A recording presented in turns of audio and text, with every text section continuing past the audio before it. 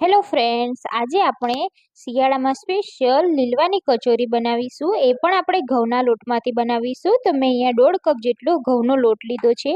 જે રોટલીનો આવે છે તે જ લેવાનો છે.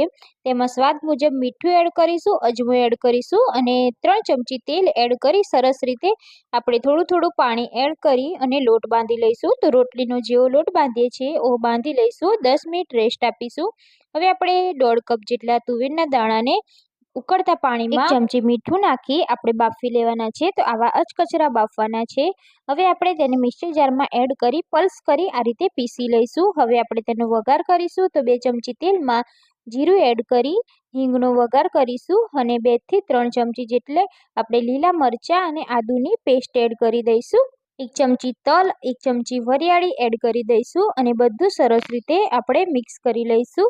1 મિનિટ જેવું આને કૂક કરી લઈશું. પછી આપણે જે તુવેરના દાણાને પીસીને રાખ્યા છે તે એડ કરી દઈશું. એમાં અડધી ચમચી હળદર, 1 ચમચી લાલ મરચું, અડધી ચમચી મીઠું અને 2 ચમચી જેટલી દળેલી ખાંડ એડ કરી દઈશું.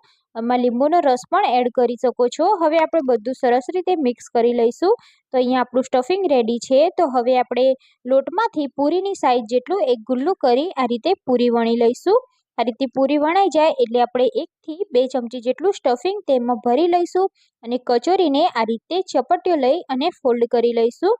અને જે વધારાનો લોટ રહે છે તે આપણે કાઢી લઈશું અને રાઉન્ડ શેપમાં તેને વણી લઈશું. તો આ રીતે કચોરી મેં રેડી કરી લીધી છે. તો ગરમ તેલમાં તેને આપણે તળી લઈશું.